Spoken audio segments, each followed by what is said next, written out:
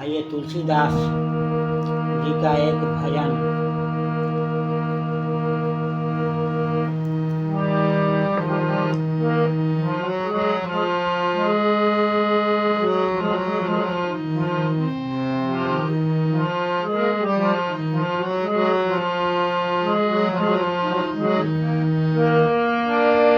आरी जगल बालमा हो, जगल बालमा कांच निंदिया में हमके।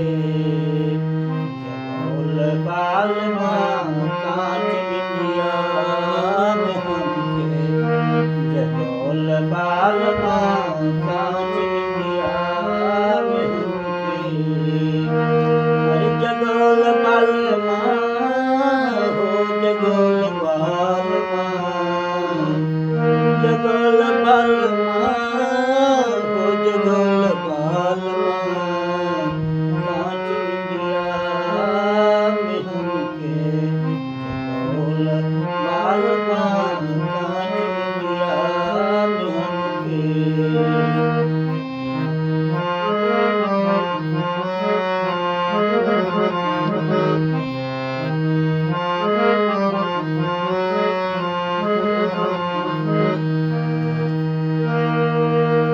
अरे सोन भदौआ के निस अंधरिया, सोन भदौआ के निस अंधरिया।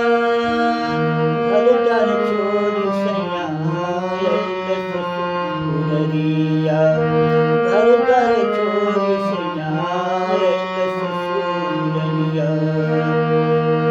एरी मुर्गा के नैया, आरी मुर्गा के नैया बनल बालमा कांच निंदिया में हमके। जगल बालमा कांच निंदिया में हमके। जगल बालमा कांच निंदिया में हमके।